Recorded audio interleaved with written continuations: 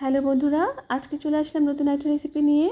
আজকে আপনাদেরকে আমি তৈরি করে দেখাবো পটল ভাজি। এই ভাজিটা আমি আজকে ডিম দিয়ে তৈরি করব। খেতে দারুণ মজা, একদম মগজের মতো হয়। আর এটাকে অনেকে ধুন্দুলো বলে এই সবজিটাকে।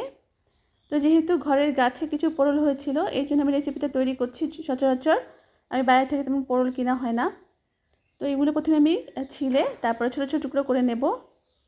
তো একটা পটেটো পেলার দিয়ে আমি ছিলে নিয়েছি। এটা দেখালাম না, সবাই জানবেন। এরকম করে টুকরোগুলি করে নিতে হবে ভাজির জন্য।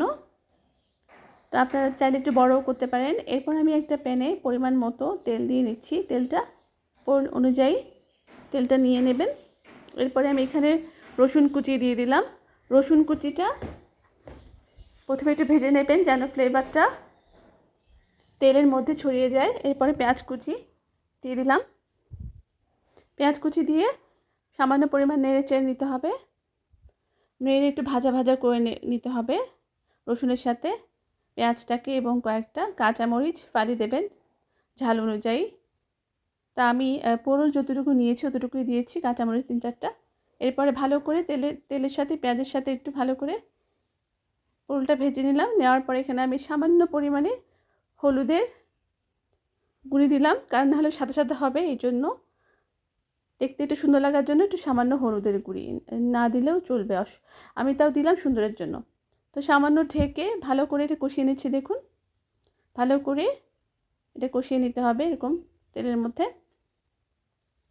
এরপরে লবণ দিয়ে দিলাম পরিমাণ মতো।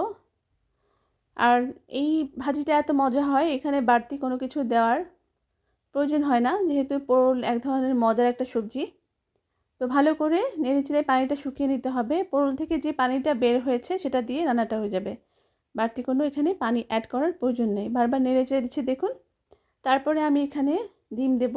তো যখন একটু পানিটা শুকায় আসবে, আমি এক সাইডে করে তেলটা একটু যেন আসে ডিমটা ভাজার জন্য, যেহেতু এখানে আরও পানি শুকিয়ে আসবে, আরও তেলের উপর চলে আসবে ভাজিটা। তো এখানে বাড়তি তেল দেওয়ার কোনো প্রয়োজন নেই। তো এখানে আমি একটা ডিম দিয়ে দিলাম। ডিমটা দিয়ে কিছুক্ষণ একটু ভাজা হওয়ার জন্য রাখতে হবে, একটু শক্ত হওয়ার জন্য রাখতে হবে। রাখার পরে এই তো আমি ডিমটা ভেঙে নিচ্ছি।